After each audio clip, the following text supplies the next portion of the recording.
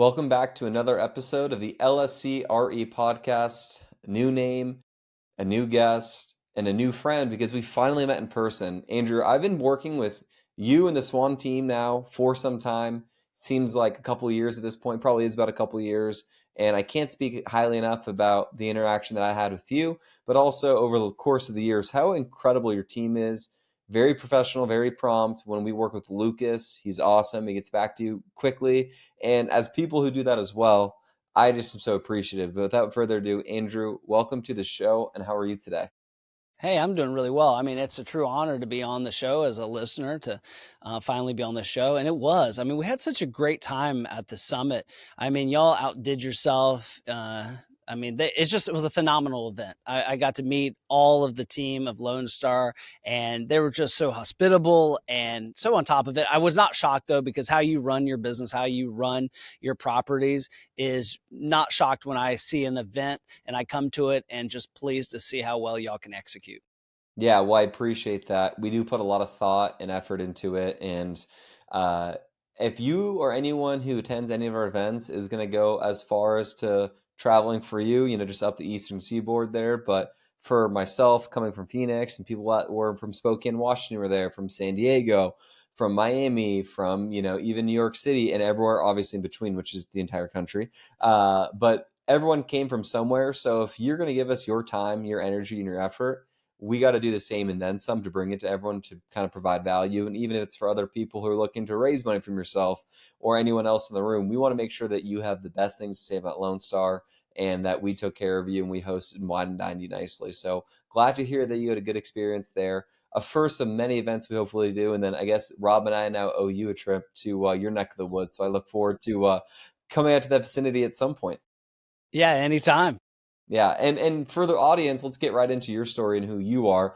Where are you from now, and how'd you get into the chair today? I would love to hear kind of your backstory, and it's quite a remarkable one. For anyone who wants to get inspired, buckle up and open your ears up because this guy's about to give you a great life story here. Yeah, I mean, I grew up in the Redneck Riviera in Pensacola, Florida, right here on the Gulf Coast, some of the most beautiful beaches in the world. After going to 43 countries, I can tell you it's still in the top 7.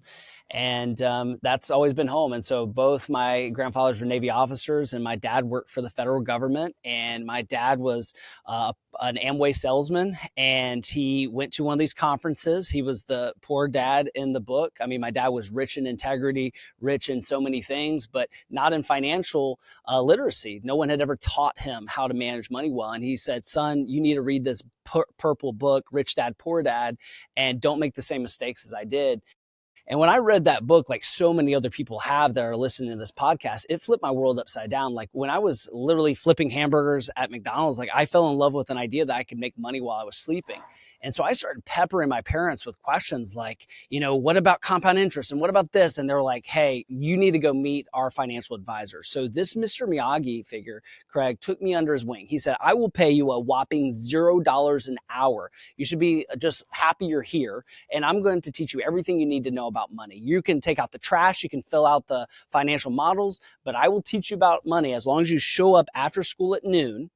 And you can leave at when we close, but I want you being here doing all the grunt work. And I said, man, I can start on Monday. And so that's where you'd find me from 14 to 18 doing all that grunt work in a wealth management firm. And then 2008 was fast approaching. This is starting to date myself, but I was working at Denny's at the age of 14, and I saved up $62,000, which ain't bad, right, Craig, for a I punk mean, kid? at that age, and that's not 62K in 2025 dollars. That's 62K at a Yeah. point where money actually meant a little bit more, right? That's exactly right. And then 2008 happened. And I watched families like had 401ks that had become 201ks. And I thought, man, the Wall Street had really let them down. And I said, I'm going to take all that I've learned and double my money or triple my money in the stock market. And little did I know, in less than a year, I had turned it into 142,000. And so I was about to go buy my first duplex in cash. It was $75,000. It was a sweetheart deal, a lot of deferred maintenance. And I was about to buy it, but I was going to get one more cigarette, from this butt of a cigarette, one more puff. Like Warren Buffett talks about, this company that had really fallen on some hard times. I was going to double my money one more time, buy this duplex. it ended up going worse and worse because it was the coal industry during Obama's administration. And I ended up losing not just like half of my money, I lost all of it. And so you would find me 19, like screaming into my pillow, punching my mattress, because literally with tears in my eyes thought I had saved all of this money over my high school. No weekends, no holidays. I was working these two jobs and I had nothing to show for it. And I had confused my self-worth with my net worth and I was bankrupt. So that's That's what took me yeah, to so that's 19. the start of it. So that was you there. That's how you got into it. You were kind of you figured out a way where you were in some sort of financial institution to teach you information. While you were there, you said you were kind of working on the weekends as well, probably at a more paying thing. So you were kind of living a dual life there for saving and then obviously getting your real education here there, if you will, right, at that company. That went on for how many years? And you kind of told me something that you would find time to read pretty avidly. Is that correct? During those years as well? Yeah, that was just the first book I read was Rich Dad Poor Dad. And then I just kept on adding books like The Millionaire Mind, The Richest Man in Babylon. And I just kept on and still have that habit of reading a book every week. And I mean, that is something I always encourage entrepreneurs and investors is like education doesn't stop with a 4-year degree. It's a lifelong education. So then tell me, did you read a book on time management? Because clearly we all have the same 24 hours in a day, but not everyone, utilizes it the same way, right? I mean, how did you kind of learn about this time management, or were you kind of so obsessed at a young age that you'd wake up early and work late and like your appetite for that outweighed any other thought, maybe even being tired or, anything of that nature? Yeah, I think it's definitely both. I mean, you have to have the passion to be an investor, to be an entrepreneur, because that's what gets you through the hard times. I mean, it's not all roses and rainbows. So the passion is what gets you through.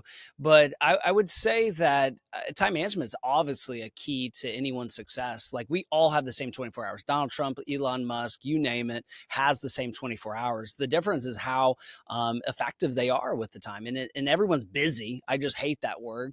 And so what I've tried to do is just be really disciplined to my habits. I mean, everyone truly is disciplined. They just have terrible habits. And so I just try to use all of the double time when I'm driving, when I am in the gym. I'm not listening to music. Again, I may work out a little bit better with music, but I've conditioned my brain to go with podcasts and audiobooks so I can get a lot done in that just time that's dual time for me. Yeah, so you must have some hyper focus ability where you can lock in, unlike more other people, and like you won't let your mind drift and get away from the goal. Have you always been that way? Like, were you, even when you were younger, before you were 14, have kind of that laser focus kind of ability? Yeah, when I read Think and Grow Rich, I was like, vision. I don't know if I buy this. Jim Rohn's telling me to write down my goals. I don't know if this is really true. And I wrote down some goals, like I would have 30 houses by age 30. And I wrote all these goals down. And I was like, I don't think I have a shot. And I love the quote that when you and life make an agreement and you decide on the wage, you can't renegotiate. And some of the things that I wish I would have done is dream a little bit bigger and write a little bit more crazy goals on the vision board, because what's crazy is, and this is why I tell people, a book can change your life. Like a mentor and a book can change your life. The two things that changed my life is the book that I read and the people that I met along the way. And what I found is like I didn't get 30 houses by 30. I had 25 houses by 25. Like and again, it's just that vision board is so essential. Like, and I think it was Kobe or Michael that said like when I got to the game, it's like I'd been there already multiple times. And that's Yeah. what you want to do with your investment goals and your business goals.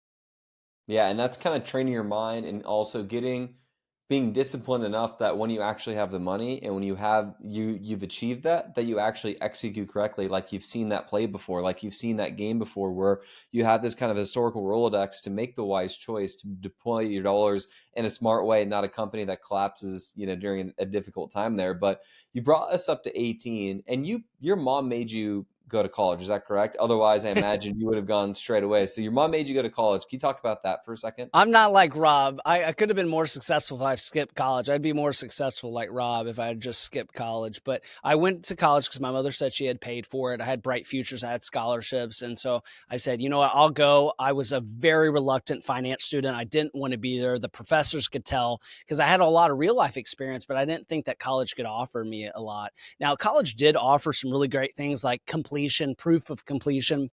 but I mean, I learned the theory, but then I'd already had the real life education.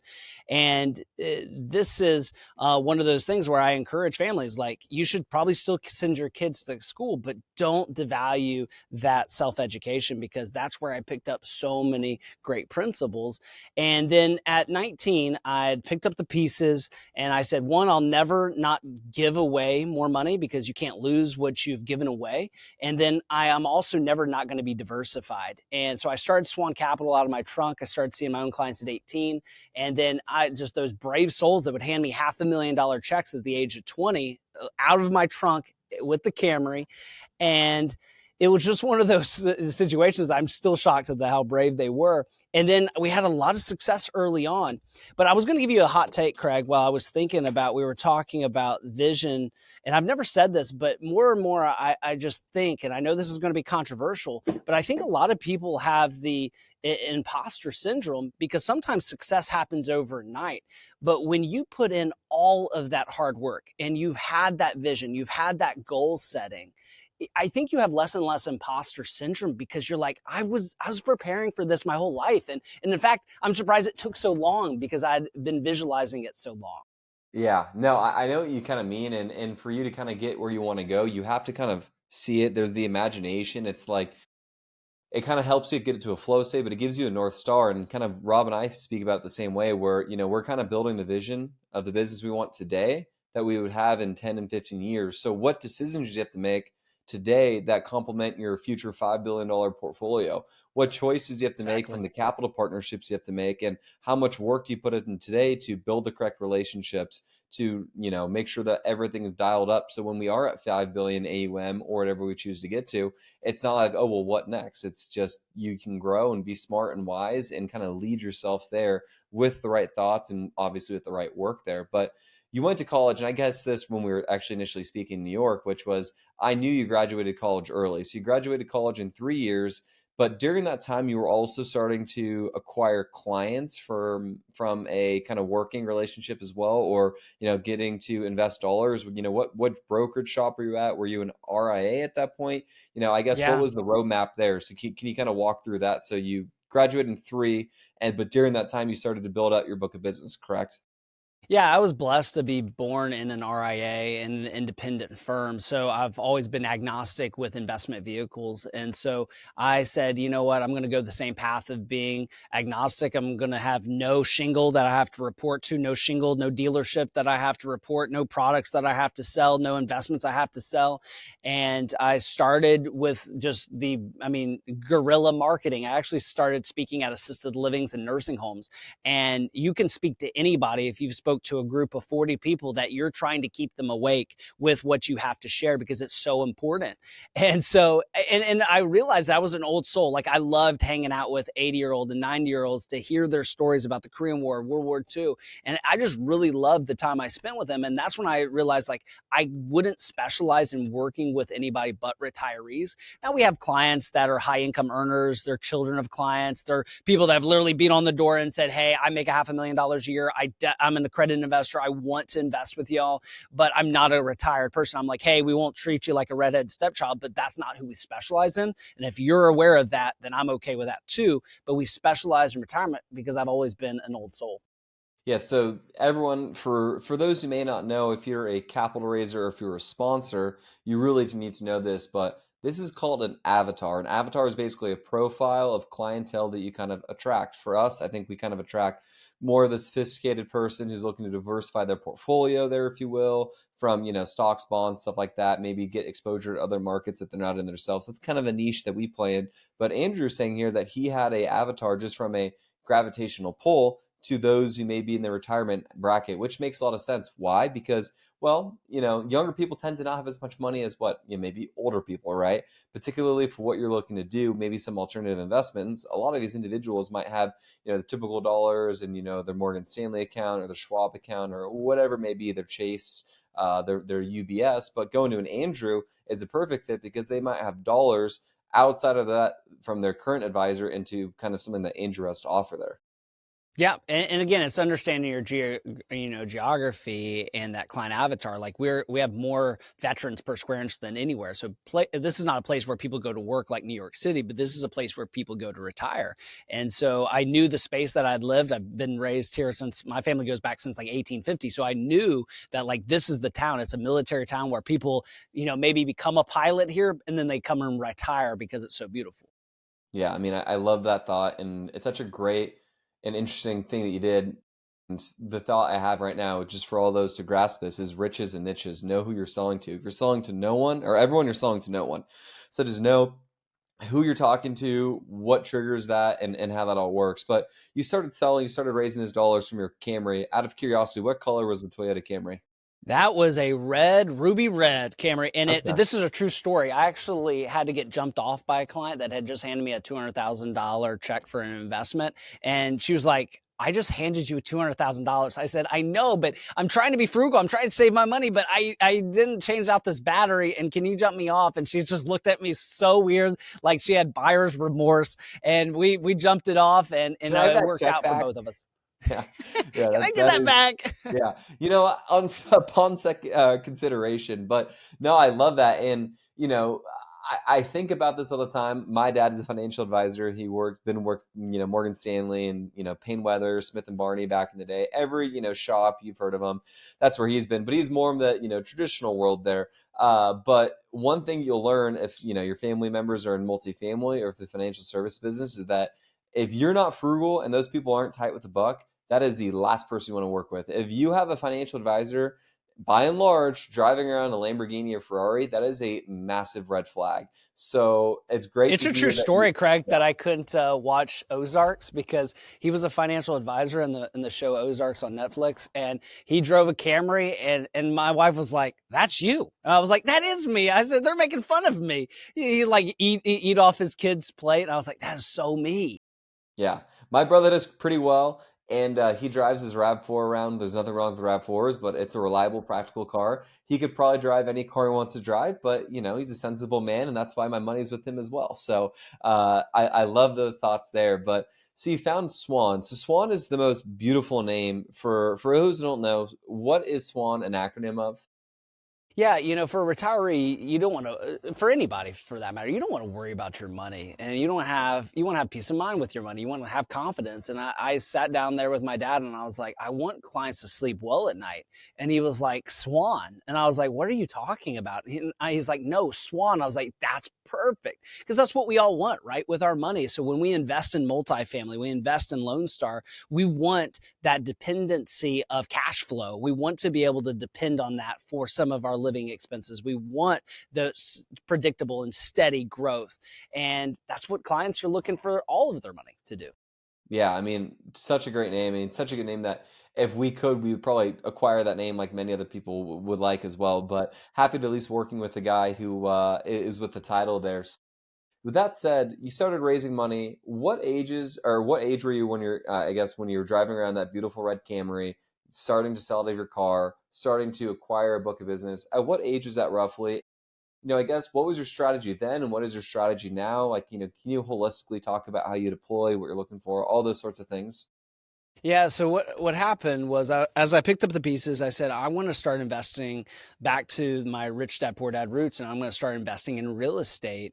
And I started buying properties with all of the cash flow and profit from Swan Capital. I started buying duplexes, and I'm talking sea level, right above HUD housing duplexes, triplexes, quadplexes. And back then, I was able to buy it in cash, still be able to, and sometimes do a mortgage, but still on one tenant be able to pay all the bills and the expenses. And it was right after 2010, 2011, the perfect time to be buying multifamily on a small scale. I was able to grow it to 54 houses, 36 doors. Almost all of them were paid for by the time I was 30. And I started getting tired. Like all my hair started falling out. And I don't know if that was a coincidence, but the blood, the sweat, and the tears were really starting to take their toll on me. Like everything that could happen, Craig, had happened. I had someone murdered in one of my houses and left for dead for 2 weeks. I had someone murdered in the front and became a front news page story, right in the front yard of my property with it in the picture. And then I had someone burn my house down intentionally intentionally, burned my house down accidentally. Like everything that could happen in multifamily happened to me. And I was like, I think this is going to kill me with this stress, like the toilet, the tenants, and all of the decision fatigue. And I said, you know what, here's what I'm going to do. I'm going to sell all those properties. And I want clients to come alongside me because it worked out really well. I invested $3 million. It had become $10 million. And I said, in less than a decade, that's phenomenal results. I love the stock market. I love fixed investments, and real estate has its place, but I want to bring clients alongside me. And that's where I invented Cygnet, Cygnet. It's a baby swan. And we invest in multifamily, we invest in storage, medical office space, and flex industrial. And we do that geographically from the Midwest to the Northeast. And we do that in the West Coast as well, as long as it's a friendly state. And we do that because we want clients to have geographic diversification because they live in a place that has hurricanes, has acts of God that they're really familiar with. And we don't want it all in the state that we live in. So that's how Cygnet was born. And it ultimately would be a precursor for Nest, our private credit fund as well. I love that. So, and I love how the synergies you have with names, Nest, Swan, the whole nine. So You I bet. see you're going with there. It's very cute. It's very sweet. I love it. Very creative. Not surprised whatsoever. So you started buying these houses, as you mentioned. Were you buying these with investor dollars for that there, or this is just your income? You Pure basically cash flow from the business. SWAN Capital, I have never apologized. SWAN Capital exists to add value to the marketplace for my clients, and then add value to my employees, and then add value to Andrew McNair. And I would suck out as much profits because I saw business owners who had built up great businesses, and then they didn't realize that their industry was maturing. They didn't realize that their business was maturing. They didn't realize that their life cycle of as the business owner was maturing. And if you don't know where your industry, your company, and you are in the business cycle, that's a problem. And so I said, that's God willing, it's not going to happen to me. I'm going to start diversifying that money into other investments, other businesses. I'm going to start giving this money out exponentially. And then that way I don't have to ever worry about what's the future of SWAN Capital with 100% of my future. That's something that's so smart. And I used to be a real estate agent, so I really can appreciate that perspective. And the one comment that I can see with real estate agents is they can be really good salespeople, but even of the good salespeople, 8 out of 10 have negative financial literacy. Like, don't buy Mm. properties, don't invest what they do, don't have any way out other than selling indefinitely. And what happens when you're in real estate? You're a 1099 employee. Well, when you're a 1099 employee, you pay for all your, healthcare, everything there. There's no 401k matching. There's no any of that. So the literacy there is very, very challenging. And I kind of saw that problem when I was a realtor and I was kind of looking around at how I wanted to live my life long term, what I was seeking, what was important to me. And that's when, this opportunity with LSCRE came up. And it's like, okay, well, this makes all the sense in the world to do because of those points there. And you really do need to create that foundation.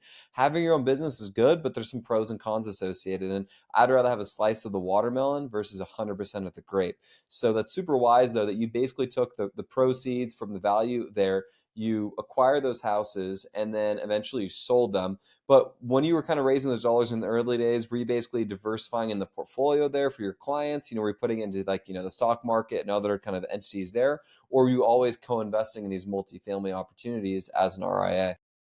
So when I was building up those properties, I'd buy them all in cash out of the cash flow from the business. I was still investing in my Roth IRA, still investing in my Roth 401k. And I think I want to make a point is if you're a realtor, you're a business owner, it's so imperative for you to have investments like with Lone Star and investments that provide you cash flow because it makes you better at what you already do as your day job.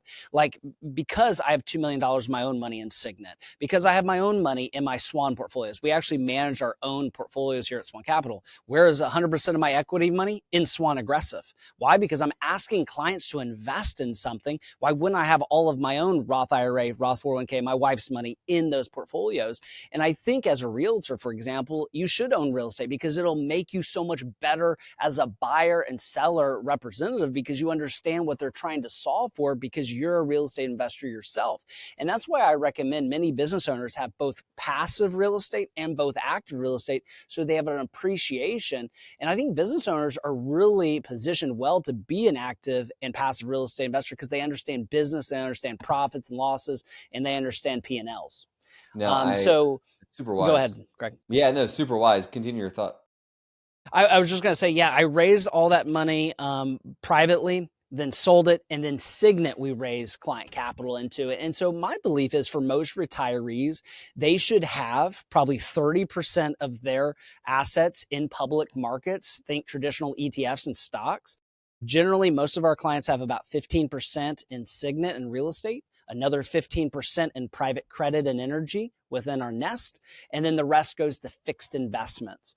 And what we found is that mix through a 2020, through a 2008, when you stress test and back test and go through it personally, you can see that great diversification is about apologizing every year. And that might make a lot of people confused. You want to be apologizing as their financial advisor. You want to say, hey, public markets are not good this year, but look at how your real estate's doing. Oh, real estate's bad? Well, look how great your public markets are doing. If someone's telling you that all of your investments are doing good and don't invest in real estate, I would question, I'd be like, well, it sounds like I'm not that diversified then. Yeah, and a lot of financial advisors you talk with, which is kind of why I think the RIA world is gonna, really do well long term. But that's called selling away from the book. So if you start selling away from the book, you can't, no one in that kind of Morgan UBS world, they can tell your basically clients, oh yeah, work with the LSREs of the world, work with the Aspen funds of the world, work with these people, right? Like they can't do that; they would get fired technically, and that's not how it works. But the RIAs can give you similar kind of equity returns from the stock market, the public market, equities, things of that nature. But then you couple with what we're doing is a really cool and special thing. And talk about strategy. You said there's X amount of percentage for these deals. What type of deals do you guys at Swan Capital from an alt world and alt space, like let's say from a multifamily, do you guys have a specific thesis, or are you basically looking for really great operators to work with? And then, essentially with those great operators to work with, basically have a good relationship where it's more of like a recurring business thing where this operator likes the deal. It's basically greenlit for the most part. Yeah, a lot of great questions there. Before we leave it, the industry is somewhat broken, and I can't fix all the problems on this podcast. But I think one of the first problems is I can be a fiduciary Ford salesman. I can tell you that I have an F-150 and F-250 for your towing capacity, but all I can recommend is an F-150 and F-250. So it's not the fault of the brokerage houses. That's all they're allowing people to offer. So it's not their fault. And then the second thing I think we need a complete reversal in the industry is I do believe that we need accountability. I do believe that people should have skin in the game. It's shocking how many times I have colleagues. I mean, this is behind the curtain. We're talking and I'm like, hey, tell me about what you're investing clients in. And they're like, hey, I'm investing my clients in this, this, this. I'm like, how's the return? So like, it's pretty good. And I say, great. So where you investing these days personally? And they're like, nothing like that. And I'm like, you got to be kidding me. You're investing your money completely different than your clients. And they're like, yeah, what gives? So they look at me like I'm completely confused. And this is a normal thing in the financial industry that eventually needs to be brought into the open. The SEC at this point is only calling people on the carpet if they're front selling. They're buying Ford, running up Ford, and then selling it and dumping it. Like those are some of the practices that are heavily frowned upon, obviously, for the SEC, but we haven't had as much accountability as we need. Now, in regards to Cygnet, when we go to invest, we're pulling ideally about $20 million a year every year. So we have a new vintage of Cygnet every year. And so what we're looking for is where we can invest $1 million to $5 million into multiple syndications that fit that buy box, where we're having good mix between not only operator mix, but geographic as well as real estate type. Because I truly believe when we have exposure to multifamily storage, medical office space, and flex industrial, those fluctuate differently through a recession as well as an expansion. And so I want to have exposure to those types of real estate types, but I do want that geographic exposure, not just in primary markets, with some exposure to tertiary markets as well. But we do have a 5-year timeline that we're giving clients for these funds. So we're going to need to have an exit. And so we try to find operators that, this isn't their first deal. I hate to say it. I wish we could invest in all emerging operators. We just don't have the ability. When we're investing, institutional size checks to these operators, we have to do very thorough background checks and due diligence on these operators. Yeah, it makes sense. And the unfortunate thing is, you have to start somewhere, but you really want to make sure that you don't make the mistake by working the group who seems nice, but then is a fly-by-night shop, and basically eliminating it by getting some AUM metrics, and then obviously probably vertical integrations is the next step there that a lot of people really care about.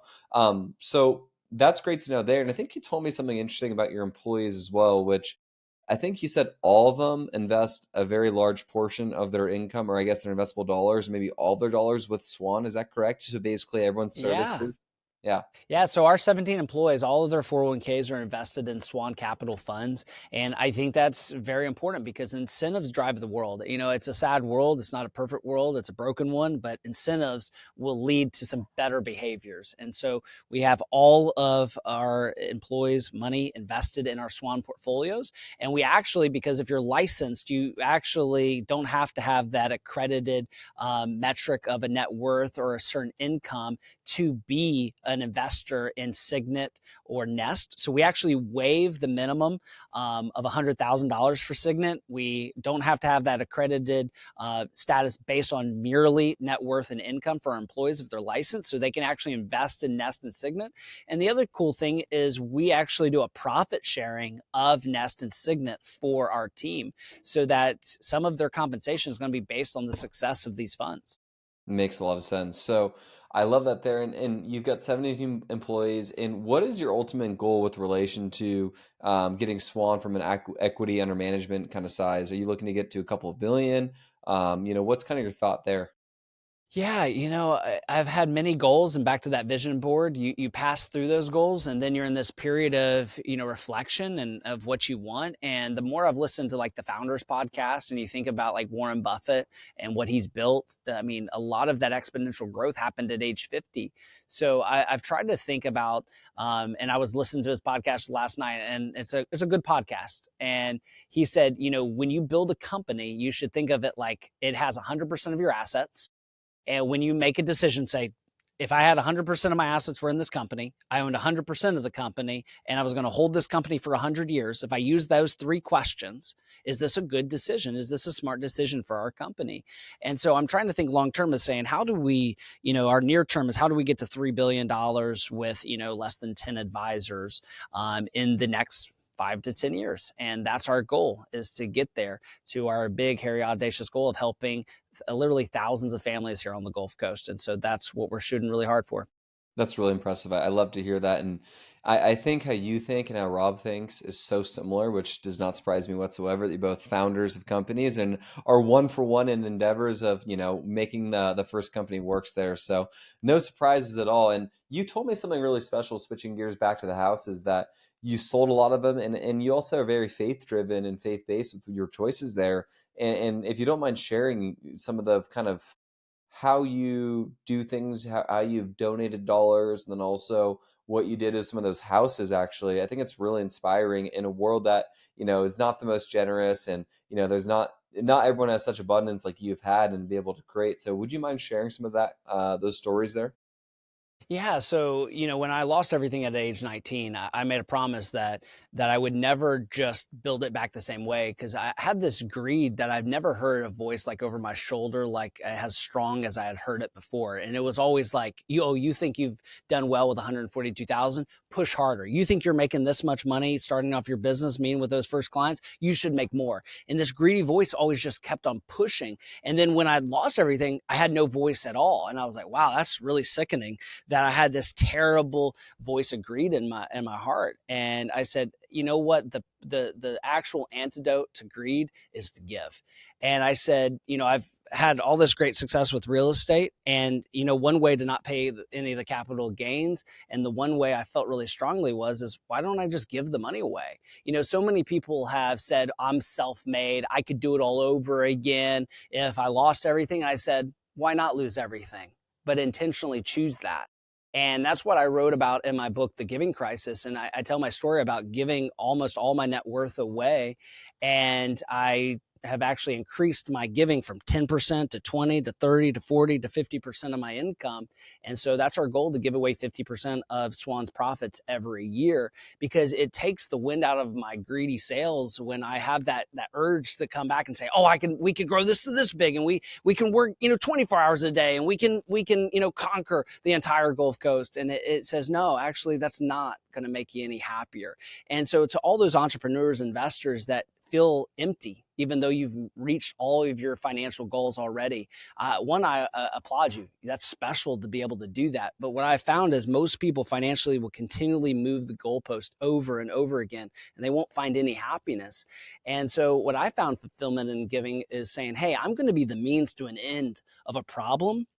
And whatever that problem is for you, maybe it's human trafficking, maybe it's poverty, maybe it's water in the Congo, whatever your situation that you want to be the ends to, why don't you use your financial resources to take care of your family, of course, but then start giving it to something that will outlast you.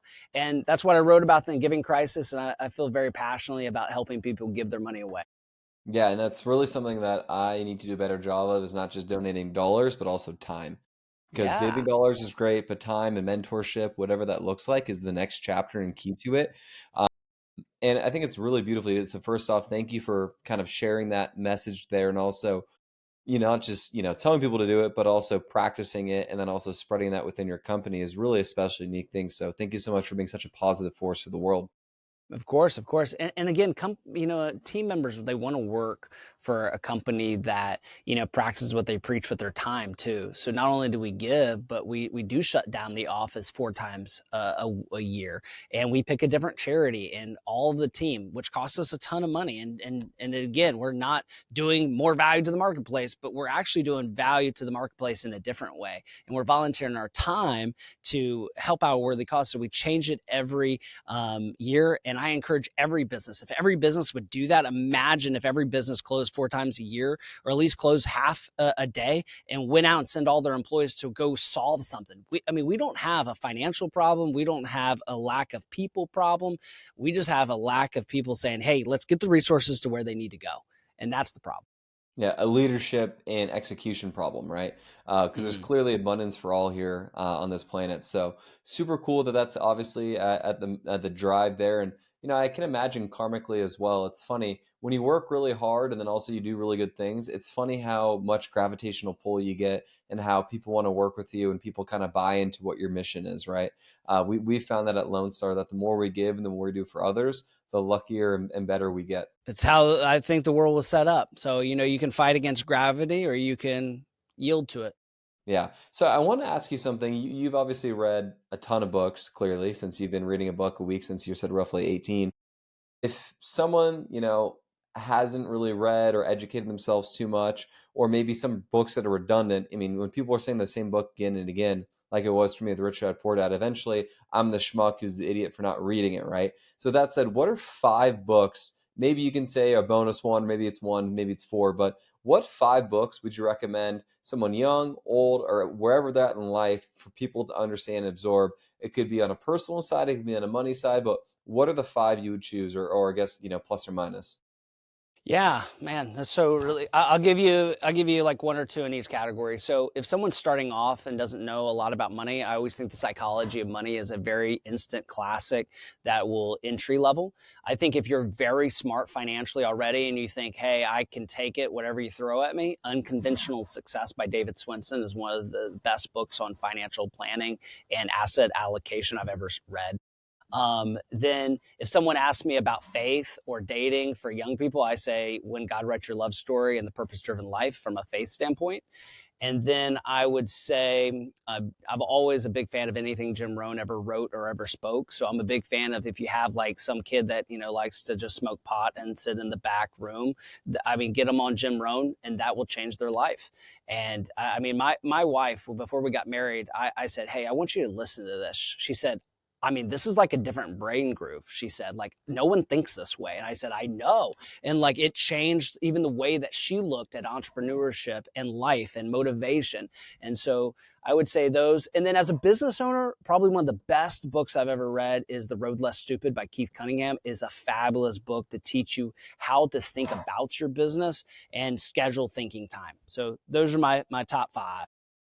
I love it. Well, thank you for those. And then final question for you here before we wrap up.